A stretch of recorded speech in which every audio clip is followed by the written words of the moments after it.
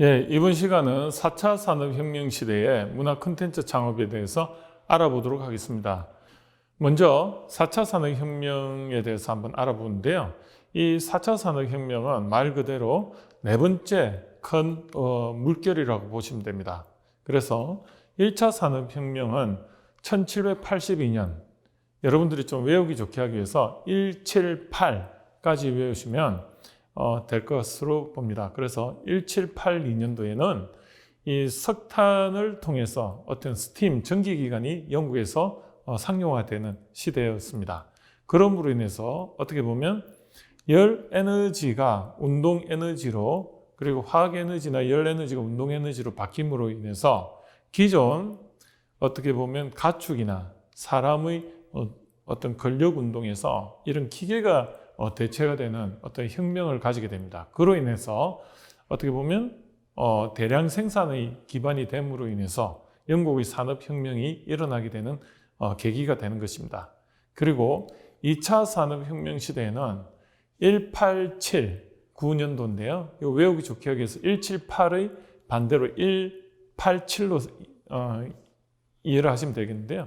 이런 1879년도에는 석유와 전기가 어떻게 보면 발견이 됩니다. 즉, 이 석유와 전기로 인해서 어떻게 보면 이 스팀에 의한 기계 동력보다는 석유에 의해서 그리고 전기에서 어떻게 보면 내연기관이 개발이 되고요. 또한 이 전기에 의해서 어떻게 됩니까? 온도를 기존에 석탄으로 했을 때는 한 600도까지밖에 올릴 수가 없었는데 이게 1000도 이상을 올림으로 인해서 합금을 제조할 수 있는 기술이 개발이 됩니다. 그래서 이걸 통해서 엠파이어 스테이트 빌딩과 같이 높은 건물을 지을 수 있는 중심에 고강도의 H빔과 같은 철강이 개발이 되고요. 이걸 통해서 혁신적으로 어떻게 보면 또 다른 산업혁명이 일어나게 됩니다. 이것을 우리는 2차 산업혁명이라고 하고요. 즉, 내연기관에 의해서 언제 어디서나 시동만 키면은 기계 에너지를 얻을 수 있는 어떤 사용의 편리성과 그리고 어떻게 보면 조금은 더 고도화된 그런 에너지를 얻을 수 있는 게 2차 산업혁명의 핵심입니다. 그리고 3차 산업혁명은 1969년도 아폴로 13호인가요? 달에 도착하는 그 시기였는데 이때 어떤 변화가 있었냐면 전기 플러스 반도체, 즉 반도체가 상용화되는 시기였습니다. 즉 개인 PC가 보급되는 시기였는데요. 이 시기에 어떻게 보면 프로그래밍이 가능한, 즉 예전에는 정해진 기계적인 어떤 동작에서 지금은 개인이 프로그래밍에 의해서 알고리즘을 구현할 수 있는 시대가 되었습니다. 즉 조금은 프로그래밍에 의해서 모든 것이 자동화되는 그런 시점이 3차 산업혁명의 핵심인데요. 그러나 2010년도에 와서 4차 산업혁명 시대에는 이 스마트폰이라는 IoT, 즉 사물 인터넷이 가능한 이 기기가 보급됨으로 인해서 모든 것을 모니터링 가능하고요. 또 이러한 데이터가 생성됨으로 인해서 빅데이터를 기반으로 하는 AI 시대가 도래하게 됩니다. 즉 이때까지는 인간이 PC에 의해서 단순 작업은 처리를 하였으나 복잡한 어떤 회계 처리라든지 아니면 법률적인 판단 이런 것들은 한계가 있었는데요. 이러한 어떤 데이터 기반의 광범위한 판단을 할 수 있는 것을 이 AI가 처리함으로 인해서 인간보다 어떻게 보면 더 능력이 출중한 부분이 생겼다는 게 의미가 있고요. 그러나 반면에 인간은 이 AI가 하지 못하는 다양한 분야에 또 할 수 있는 부분이 있습니다. 그 부분이 창의성이란 부분과 그 다음에 소통 공감 이런 부분인데요. 이런 부분이 사실은 현재 인간이 할 수 있는 차별화된 앞으로 미래의 문화 트렌드가 되지 않을까 예상을 하고 있습니다. 그러므로 4차 산업혁명 시대에는 1차, 2차, 3차, 4차 즉 이 4차 산업혁명으로 인해서 새로운 부가가치가 이제 양산이 되게 되는데요. 이 4차 산업혁명의 개요를 한 번 더 짚어보면 스마트폰 빅데이터로 시작된 AI 기술이 기존 산업에 대한 패러다임을 변화시키고 4차 산업혁명에서 정신적 노동을 대신함으로써 창의성과 공감의 중요성을 정대시켰다고 4차 산업혁명의 의의를 말씀드릴 수가 있겠습니다. 이 4차 산업 시대의 가치 창출 방법으로는 기존 산업과 AI가 융합되어 새로운 가치를 창출하는데, 기존 산업들이 보면 이렇게 하드웨어적으로는 아주 잘 갖추어져 있으나 용도가 불분명한 경우가 많았습니다. 예를 들어 가지고 로봇 분야를 한 말씀을 드려보면, 최근까지도 킬러 어플리케이션으로서 로봇은 여러분들이 뭘 생각하실 수가 있습니까? 다른 거 없습니다. 그냥 그 청소기 로봇 이 정도만 어떻게 보면 로봇으로서 킬러 어플리케이션 시장을 개척했다고 볼 수가 있는데요. 그 외에 사람과 같이 똑같이 닮은 로봇을 만들더라도 활용 범위가 제한적이었습니다. 왜냐하면 아무리 잘 만든 로봇이라고 하더라도 이 컨텐츠가 받쳐주지 못하니까 그냥 단순 작업 정도 외에는 어떻게 보면 인간과 교감을 한다든지 아니면 인간의 어떤 다른 어떤 문화 컨텐츠와 관련된 그런 어떤 킬러 어플리케이션으로서 작동하는 데 한계가 있었는데요. 이제는 스마트폰이 보급이 되다 보니까 인간의 모든 정보들이 이 스마트폰의 어떤 센서에 의해서 감지가 되고 데이터가 많이 양산이 되니까 어떻게 보면 따로 프로그래밍을 하지 않아도 이 빅데이터 기반으로 로봇이 자율적으로 판단력을 가지게 됨으로 인해서 사람과 인터랙션이 가능한 어떤 로봇의 형태가 되는데요. 그러다 보니까 단순히 그냥 기존 있는 이 하드웨어에 이 스마트폰만 하나 갖다 놔도 어떻게 보면 밸류가 생기는, 사람이 이 하드웨어에 인공지능이라는 것이 접목이 됨으로 인해서 사람의 가치를 다시 만들어주는 거죠. 그래서 이 4차 산업혁명에서 가장 핵심은 기존 1차 산업혁명으로서의 기계와 그 다음 2차, 3차 산업혁명의 결과 전자, 컴퓨터, 로봇과 4차 산업혁명에서의 이 인공지능이 결합이 됨으로 해서 새로운 어떤 수요를 창출함으로 해서 산업이 다시 활성화되는 부분이 있다는 거죠. 그래서 이러한 부분이 앞으로 미래의 사업의 가장 중요한 하나의 키워드가 될 수 있을 것입니다.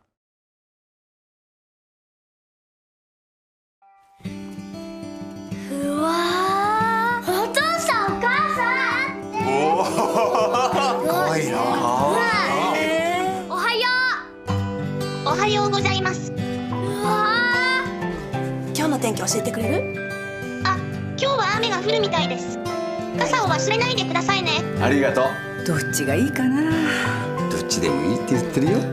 サッカー行ってくる。お兄ちゃん私も。前はダメ。ペッペッペッパー。ペッパはい、ペッパーです。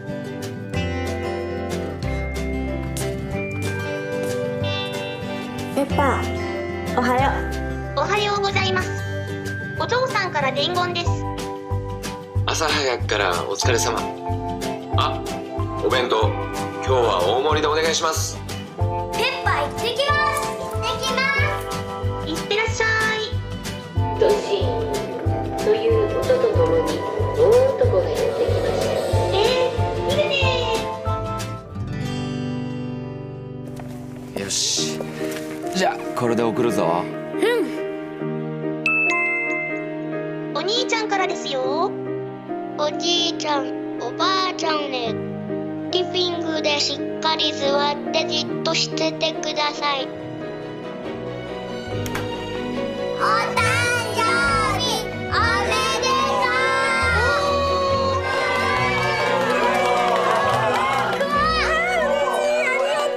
ペッパーで写真撮りたい。行きますよ。3、2、1。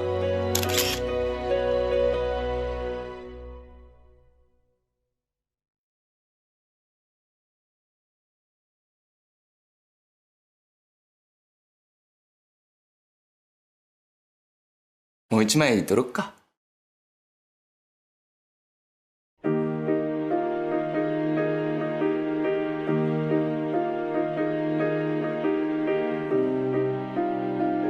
はいよし。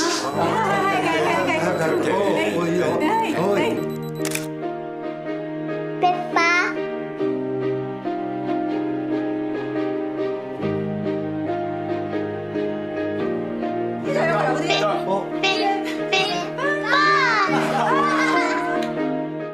4차 산업혁명의 원천은 스마트폰이라고 저는 말씀드릴 수가 있습니다. 즉, 이 기존의 PC 기반의 어떤 소프트웨어를 설치를 하면 이 PC가 게임기도 되고 그리고 영상 편집도 할 수 있고 카메라도 될 수 있고 이랬었습니다. 그런데 이 통신 기능으로서 예전에 2010년 이전에는 우리는 피처폰이라 해서 통신 기반의 어떤 무선 단말기를 사용을 했었습니다. 이러한 피처폰과 PC가 합해지다 보니 내 손 안에 어떻게 보면 PC가 된 것이죠. 그걸 우리는 스마트폰이라고 합니다. 이 스마트폰은 기존의 카메라, 그 다음에 어떤 영상 녹화기기, 그리고 복합기, 그리고 내비게이션, 그리고 전자계산기, 그리고 게임기, 그 다음에 워크맨, 그리고 시계와 같은 자명종 기능, 이런 것들이 전부 구현을 하려면 예전에는 하드웨어적으로 개발해서 구현을 하다 보니까 비용이 많이 들었습니다. 그러나 지금은 스마트폰의 오퍼레이팅 시스템에, 즉 안드로이드와 iOS라는 오퍼레이팅 시스템에 그냥 앱만 다운로드 받으면 이 스마트폰에는 10개 이상의 센서가 기존의 하드웨어를 대신하게 됩니다. 이것을 우리는 플랫폼이라고 하는데요. 이러한 스마트폰의 그 모든 기능들이 다 탑재되어 있다 보니까 소프트웨어적으로만 구현을 하면 이게 기존 모든 것을 커버를 하게 됩니다. 그래서 이 스마트폰이 결국은 하나의 IoT, 인터넷 오브 띵즈인데요. 이 things가 센서라는 의미입니다. 센서의 인터넷이라는 의미인데, 이 스마트폰으로 인해서 데이터가 생성되고 이게 어떻게 외부에 연결이 돼서 데이터가 송출됨으로 인해서 어떻게 보면 이 스마트폰으로 인해서 빅데이터가 생성이 되는 거죠. 그걸 통해서 우리는 이 AI라는 인공지능이 탄생하는 기반이 되는데요. 이 스마트폰을 자세히 보면 한 4가지로 나누어질 수가 있습니다. 첫 번째가 플랫폼, 즉 오퍼레이팅 시스템이 있고요. 두 번째가 그 오퍼레이팅 시스템에 탑재될 컨텐츠로서의 앱, 어플리케이션이 있습니다. 세 번째가 네트워크인데요. 지금 현재 5G라는 초고속 어떻게 보면 통신 수단이 있음으로 인해서 실시간으로 스마트폰에 있는 센서들과 교류를 하게 됨으로 인해서 인간이 실시간으로 판단하듯이 이 데이터를 주고받으면서 어떻게 보면 인간을 대신해서 판단할 수 있다는 게 어떻게 보면 4차 산업혁명의 핵심이라고 볼 수가 있고요. 마지막으로 이 스마트폰 자체의 디바이스입니다. 그래서 우리가 참고적으로 PCND라고 우리는 외우면 이 4차 산업혁명에서 스마트폰을 정의할 수 있는 하나의 핵심 키워드를 외운다고 보실 수가 있고요. 기존 산업과 결합해서 이 스마트폰이 앞으로 어떻게 사용이 될 것인가. 이 앞에 스마트가 들어가면 그냥 스마트폰이라고 보시면 되고요. 그 뒤에 집이 들어가면 결합이 되면 스마트 홈. 그리고 이 4차 산업혁명 시대에 이 스마트폰과 우리가 일하는 게 결합이 되면 스마트 워크. 그리고 공장과 결합이 되면 스마트 팩토리. 그리고 자동차와 결합이 되면 스마트 카. 그리고 스마트 그리드라는 것은 전기를 최적화시켜서 사용하는 건데, 이 전기라는 것은 생성되는 게 항상 일정하게 생성이 됩니다. 그런데 소비는 어떻습니까? 낮에 많고 저녁에 적을 수가 있고요. 또 겨울에 추위에 난방 수요가 있어서 많을 수가 있고, 여름에는 또 냉방 수요가 있어 많을 수 있는데 봄이나 가을은 또 적을 수가 있습니다. 이렇게 불규칙적인 수요에 대응해서 이 스마트 기반의 어떻게 보면 저장 시스템을 쓰면 전기가 남으면 전기가 필요한데 또 보낼 수도 있고요. 또 축전시킬 수도 있고 이런 기술들이 전부 스마트하게 이루어진다 해서 스마트 그리드라고 이야기를 할 수가 있습니다. 먼저 스마트폰을 한번 예를 들어보면 집에 이 스마트폰이 적용되면 우리가 다양한 기기를 원격으로 제어할 수가 있는데요. 특히 이 스마트폰으로 인해서 앞으로 이 집의 모든 기기를 제어함으로 인해서 어떻게 보면 집이 하나의 인공지능에 의해서 움직이는 하나의 큰 거대한 컴퓨터가 되는 것입니다. 즉 우리가 퇴근하기 전에 미리 이 스마트폰이 집과 연결해서 우리의 상태를 모니터링 해주면 우리가 집에 도착했을 때 그 다음 일어나야 될 어떤 일들이 집에서 미리 준비가 되는 것이죠. 그리고 아침에 자고 일어날 때 아침 출근 시간을 이 인공지능이 항상 패턴을 감지해서 어느 날 비가 많이 오거나 눈이 왔을 때 출근 시간을 고려해서 아침에 미리 더 그 시간을 앞당겨서 깨워준다든지 아니면 집의 에너지를 최적화시켜서 안 써도 될 에너지는 최적화시킴으로 해서 집의 유지비를 줄여준다든지 아니면 집에 어떻게 보면 애완견이 있다면 이 애완견이 어떻게 보면 뭐 일이 많을 수가 있는데 그런 것들을 이 원격으로 주인을 대신해서 관리해 준다든지 그리고 원격 검침 그리고 또 뭐 어떤 방범 시큐리티 또 집에서의 그 어떤 전기 사용 용량이 오버되었을 때 즉 전기 사용 용량이 오버되었을 때 그런 경고 장치라든지 아니면은 경고 기능이라든지 또 집에 자동차가 저녁에 들어갔을 때 집에 자동차가 결국은 하나의 저장 장치가 되는 거죠. 그래서 아까 말씀드렸듯이 그 스마트 그리드가 그런 개념인데요. 이 각 집집마다 전기차가 보급이 되면은 하나의 거대한 에너지 축적댐이 되는 것입니다. 그래서 이 저녁에는 그 원자력이나 수자원 공사에서 만들어지는 이런 거대한 에너지들이 전부 각각의 집에 어떻게 보면 나누어서 분산 저장이 됨으로 인해서 어떻게 보면 에너지를 효율적으로 활용할 수가 있고요. 또 태양광을 활용해서 집에서 발전을 하게 되는데 이 낮에 생산된 에너지를 저녁에 또 사용할 수 있게 해주고요. 그러면서 남은 에너지는 또 그렇지 못한 곳에 전송을 해서 어떻게 보면 수익을 창출하는 수익원으로 사용할 수 있는데 이러한 판단들을 전부 이 스마트한 AI가 어떻게 보면 작동을 해서 집을 하나의 유기적인 관리를 할 수 있는 그런 체제로 앞으로는 기술이 발전할 것으로 예상이 되고요. 이러한 기술이 발전하면 우리의 생활 패턴도 앞으로 많이 변할 것으로 예측이 됩니다. 그 다음에 이 스마트 워크인데요. 말 그대로 스마트폰 기반에 우리가 언제 어디서나 시간과 장소에 얽매이지 않고 일을 할 수 있는 환경이 구축된다는 의미입니다. 즉 언제 어디서나 지금도 마찬가지지만 우리가 그 카페에서 일을 하지만 전혀 불편함이 없습니다. 왜냐하면 그러한 통신 인프라가 잘 갖추어져 있기 때문에 실시간으로 데이터를 주고받을 수 있는데 이게 전부 무선 기반의 모바일 오피스 환경이 구축되었기 때문이고요.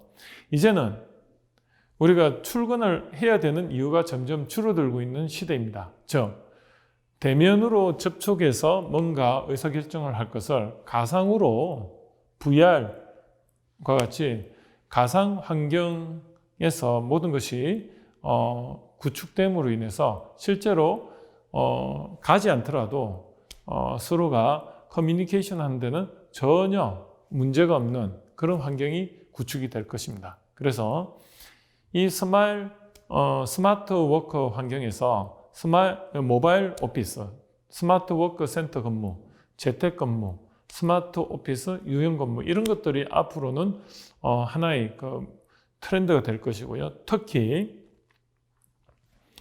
1인 창직을 통해서 앞으로는 협업을 통해서 프로젝트 베이스로 일을 하는 환경이 구축이 될 것으로 예측이 됩니다. 예전에는 직장에 가야만이 되는 환경에서 어떻게 보면 일의 종속적인 라이프 사이클이었다면 이제는 개개인 중심의 그 사이에 일들이 산재해 있고 항상 그런 일들이 한 5개에서 10개 이상 프로젝트가 운용됨으로 인해서 어떻게 보면 안정적인 수입을 얻는 거죠. 즉 개인의 브랜드 포지셔닝을 통해서 모든 일들이 일어나기 때문에 이제는 이런 평생 직장이라든지 이런 누군가가 나를 책임지는 환경이 아니고 내가 나만의 어떤 고유한 브랜드를 가짐으로 인해서 일을 하는 환경이 되는 거죠. 그 기반이 되는 것이 스마트 워커 환경이라고 볼 수 있고요. 이러한 스마트 워커 환경을 다른 말로 디지털 노마드라고 합니다. 노마드라는 것은 몽고에서 유목민들이 어떻게 보면 이렇게 한 곳에 일정하게 주거를 가지지 않고 계절별로 옮겨 다니는데 그 이유가 목축을 하다 보니 한 곳에 있으면 풀이 이렇게 충분히 공급이 안 됩니다. 그러므로 인해서 어느 지역에 있다가 몇 달 후에는 다시 이렇게 계속 움직이면서 어떻게 보면 목축을 하게 되는데요. 마찬가지입니다. 이 스마트 워커 환경에서 디지털 노마드는 한 곳에서 오래 있지 않고요. 자신이 원하는 환경을 찾아서 다니면서 일을 하게 됩니다. 그러므로 앞으로는 이러한 스마트 워크 환경이 4차 산업혁명 시대의 새로운 직장의 하나의 롤 모델이 되지 않을까 예상을 하게 되고요. 그 다음에 이제 정보통신기술 트렌드를 한번 살펴보도록 하겠습니다. 이 정보통신기술 트렌드를 크게 PCND라고 말씀을 드렸는데 이 플랫폼과 그 다음에 콘텐츠, 네트워크, 그 다음에 디바이스 이렇게 크게 4가지 기술로 구분을 할 수가 있고요. 플랫폼이라는 것은 이게 어디서 나온 거냐면 기차의 역에서 나왔습니다. 즉 기차가 이렇게 역에 정차를 하게 되면 기차의 모든 것이 공급이 되는 게 기차의 플랫폼입니다. 즉 이 모바일 환경에서는 오퍼레이팅 시스템이 앱 환경이라든지 이런 것들을 전부 다 지원을 하게 되는데 이러한 플랫폼을 우리는 통해서 어떻게 보면 그 헤게모니, 즉 기술 트렌드를 장악하게 되는데 현재 대기업이나 세계적인 기업들은 이 플랫폼을 어떻게 보면 개발하려고 노력 중에 있습니다. 그리고 이런 플랫폼이 만들어지면 그 안에 다양한 컨텐츠를 만들게 되는데 그걸 우리는 어플리케이션이라고 하죠. 그래서 목적에 맞는 다양한 어플리케이션을 만들어서 탑재하게 되면 하드웨어 종속적이지 않고 소프트웨어 종속적으로 모든 기능이 구현이 되게 됩니다. 그리고 네트워크라는 것은 실시간으로 이 통신이 됨으로 인해서 사람이 눈으로 보고 판단할 수 있는 모든 것들을 이제 스마트폰이 대신할 수 있음으로 인해서 다양한 자율주행 기능의 자동차가 나온다든지 아니면은 스마트 팩토리와 같이 사람이 대신해서 감시하듯이 어떻게 보면 이 스마트폰의 그 비전으로 미세한 진동이라든지 아니면 소리를 판단해서 사람이 판단하듯이 이러한 기계가 이런 것을 대신해 줌으로 인해서 24시간 감시가 가능한 그런 기반이 결국 초고속 초연결 사회의 네트워크가 그 역할을 해줄 것으로 기대하고 있는 것입니다. 그 다음에 마지막 디바이스인데요. 이걸 우리는 스마트폰에 내장되어 있는 IoT죠. 사물 인터넷이라 볼 수가 있는데요. 이 사물 인터넷 기반의 어떤 센서가 다양한 센서들이 결국은 이 정보통신 기술 트렌드의 핵심인데 이 4가지가 어떻게 보면 4차 산업혁명 시대에 상호 유기적으로 작동을 해서 현재는 사람과 사람 사이에는 SNS로서 묶여져 있고요. 이걸 통해서 어떻게 보면 가상 오피스를 또 구현을 해서 클라우드 기반의 데이터, 빅데이터를 통해서 모든 일들이 자동으로 사람 대신 처리가 될 수 있는 것입니다. 그리고 현재 데이터 마이닝을 통해서 기존 빅데이터를 데이터 마이닝을 통해서 현재는 그 비즈니스 모델을 많이 만들어내고 있는데요. 우버라든지 아니면 어떤 다양한 그런 데이터 기반의 어떤 숙박 제공 비즈니스 모델들이 전부 다 이러한 데이터 마이닝을 통해서 결국은 사람과 사물 간의 오토 플랫폼 서비스를 통해서 또 뭔가 물건과 사람을 매칭을 시켜주는 유통 사이트도 만들어주고, 그런데 앞으로 현재는 지금 군사 쪽이 가장 활발한데요. 웨어러블 디바이스죠. 몸에 이렇게 파워 어시스트로 해서 이렇게 로봇을 입게 되면, 로봇 갑옷을 입게 되면 이 사람이 아주 그냥 자신의 근력에 이 파워 어시스트에서 전혀 피곤하지 않고 또 파워를 낼 수 있음으로 인해서 어떻게 보면 전투 기술이 올라가는 것입니다. 이러한 웨어러블 디바이스가 앞으로는 미래에는 사람의 몸에 하나의 입는 옷으로서 장착이 됨으로 인해서 어떻게 보면 조금은 인체의 어떤 신호를 감지해서 건강을 관리해 준다든지 이런 쪽으로도 앞으로 많은 산업이 발전할 것으로 보고요. 앞으로 이제 미래에는 이 딥러닝 기술에 의한 AI가 활성화되면요. 사물과 사물 간의 M2M이라고 하는데 기계 간의 커뮤니케이션이 됨으로 인해서 어떻게 보면 더 자동화되고 아티피셜 인공지능이 더 발전하는 거죠.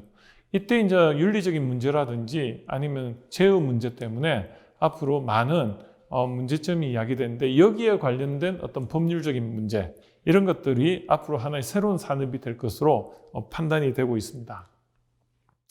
그래서 정보통신기술에 의한 시장의 변화를 보면은 앞으로 1인 스마트폰 시대가 됨으로 인해서 정보력이 평준화되고요. 온라인 유통업체를 통해서 소비자의 눈높이가 아주 이제 높아질 수밖에 없는 상황이 되고요. 그리고 인터넷 쇼핑몰이 이제 성장함으로 인해서 어떻게 보면 전통 시장이 많이 한계에 부딪히게 되고, 현재도 지금 보면 여러분들 아시겠지만 마트 시장이 온라인 시장으로 다 이동함으로 인해서 오프라인 마트가 지금 대형 마트들이 지금 굉장히 힘든 상황을 맞이하고 있는 것을 여러분들은 알 수가 있습니다. 그래서 온라인 마케팅 생태계를 한번 보시면 그 중심에는 블로그와 유튜버가 있음을 알 수가 있습니다. 블로그와 유튜버가 앞으로는 여러분들의 그 브랜드 창직의 가장 핵심에 있고요. 왜냐하면 이 유튜브와 블로그는 공유와 개방의 중간에 있습니다. 즉 이게 무슨 말이냐면, 개방적이란 말은 외부에서 검색을 했을 때 어떻게 보면 검색이 되는 거죠. 그러면서 또 남들과 어때요? 데이터도 공유할 수 있는 데이터의 그 사이트의 역할을 하게 됩니다. 또한 답글을 통해서 소통이 가능하고요. 또 정보를 또 어떻게 보면 모아둘 수도 있습니다. 그래서 이런 블로그와 유튜브가 앞으로는 대세가 될 예정이고, 그리고 보면 이 온라인 생태계를 한번 보시면 먼저 이 포털에 검색을 해보면 이제 어떻게 보면 이 블로그나 유튜브가 검색이 되고요. 그걸 통해서 제품에 대해서 후기를 카페나 이런 데 들어가서 조금 더 깊이 이렇게 확인하게 되고, 그 다음에 개인적으로 밴드라든지 아니면 조금 더 폐쇄적인 우리가 손톡으로 말하는 카카오톡, 좀 우리가 대화할 걸 그냥 서스럼없이 친구에게 말하듯이 이렇게 문자를 보내는 카카오톡을 통해서 의견을 묻게 되고요. 거기서 추천해서 결국은 가격 비교 사이트를 갖다가 쇼핑몰에서 구매를 하는 그 시작점에 블로그와 유튜브가 있음을 우리는 알 수가 있습니다.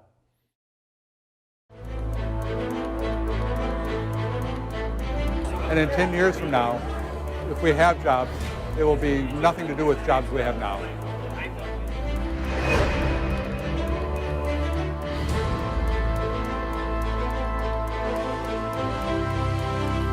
If people are rigid, and both in terms of education and staying and want to stay in the same place, they will not have jobs. 힘찮게 나오고 있는데 방심하고 있는 사이 정말 로봇이 인간의 일자리를 위협하는 것은 아닐까. 실제 많은 전문가들의 전망을 토대로 꼽은 로봇에 의해 사라질 직업군에는 에너지 관련 직종, 금융 서비스업 종사자, 농업 관련직, 행정 관련직, 판매직 등 다양한 업무 종사자가 자리하고 있다. 그만큼 산업 전반의 다양한 업무를 로봇이 대체할 만한 능력을 키워가고 있다는 뜻이다. 현실로 다가온 인공지능의 역습, 심지어 전문직까지 위협을 받는다는 기사가 연일 쏟아져 나오는 이 시점, 근본적인 해결책 그리고 대비책이 필요하지 않을까. There will be no need for jobs perhaps in 20 years. All be doing our regular jobs as we are now. My feeling is that in 20 or 30 years, almost all jobs will be done by intelligent machinery. So every job that we had 10 years ago, we don't have now. And in 10 years from now, if we have jobs, they will be nothing to do with jobs we have now. 2016년 1월 스위스 다보스에서 열렸던 제46차 세계 경제 포럼에서 포럼의 회장인 클라우드 슈밥이 처음 언급하면서 화두가 됐습니다. 세계적인 경기 침체와 저성장 국면이 지속되면서 인공지능, 사물 인터넷, 로봇 기술 등이 주도하는 4차 산업혁명을 제도약의 기회로 삼아야 한다는 목소리가 커지고 있는데요. 하지만 4차 산업혁명 시대를 선도하기 위해 능동적으로 대비해오고 있는 스위스, 미국, 영국 등 선진국과 달리 한국은 아직 기술도 뒤처지고 투자 역시 빈약한 상황입니다. 그렇다면 빠르게 거스를 수 없는 속도로 다가오고 있는 4차 산업혁명을 한국 경제가 도약할 수 있는 기회로 삼으려면 어떻게 해야 할까요? 오늘 서정희의 경제펀치에서는 IT 기술의 발달로 소매 유통시장의 판 자체가 바뀌고 있는 현실 어제에 이어서 보도해드립니다. 온라인 상거래는 이제 의식주 모든 분야에서 확대되고 있는데요. 때문에 앞으로 경기가 좋아지더라도 소매 자영업의 형편은 나아지기 어려울 거란 경고가 나오고 있습니다. 자주 사야 되는 물건임에도 불구하고 매번 오프라인에 갔어야 했던 게 너무 불편해서 이거야말로 온라인으로 빨리 넘어와야 되는 사업인데 어찌 보면은 이제 제가 자주 가기 귀찮아서 좀 시작을 한 게 이렇게 IT 기술을 통해 소비자와 공급자를 연결해주는 서비스를 O2O 서비스라고 부릅니다. 매주 입을 셔츠를 집으로 가져다주는 정도는 이제 기본. 차량 정비도 찾아와서 해주고 부동산 계약을 도와주는 업체까지 그야말로 의식주 모든 분야에서 각종 서비스가 등장하고 있습니다. 시간 들여 발품 팔아가며 가게에 직접 갈 일이 없어지는 겁니다. 이런 온라인 거래의 성장 속도는 무섭습니다. 지난 2015년 전체 소매 판매액 중 온라인 거래액은 14.7%였는데 지난달에는 24.4%까지 뛰었습니다. 소매 판매량 4분의 1이 점포를 거치지 않고 있다는 뜻입니다. 이런 O2O 서비스들은 전통적인 유통의 구조를 뿌리채 바꾸고 있습니다.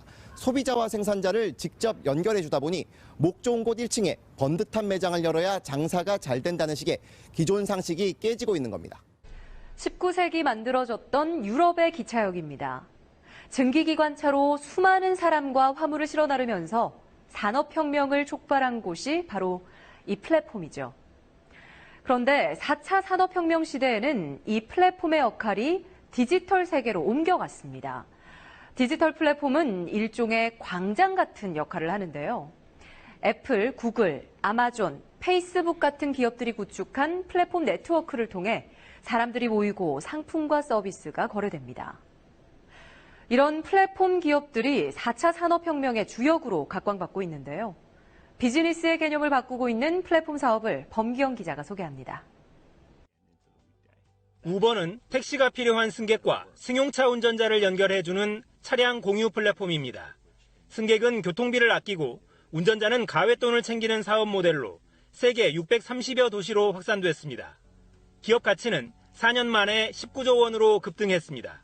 자기 진영으로 끌어들여야 됩니다. 컨텐츠를 제공하거나 앱을 개발해서 제공하는 업체들한테 수익의 70%를 주고 자기는 30%만 가지는 상생의 분배 룰을 적용을 했습니다. 플랫폼의 적용 분야도 무궁무진합니다. 교육, 금융, 법률 자문, 의료, 물류뿐 아니라 심지어 농업 분야에도 새로운 플랫폼 기업들이 나타나 산업 지형을 뿌리째 바꾸고 있습니다. KBS 뉴스 범기영입니다. 대표적인 제조업체인 삼성전자는 종업원이 30만 명이 넘고 전 세계 79개 나라 공장에서 제품을 생산합니다.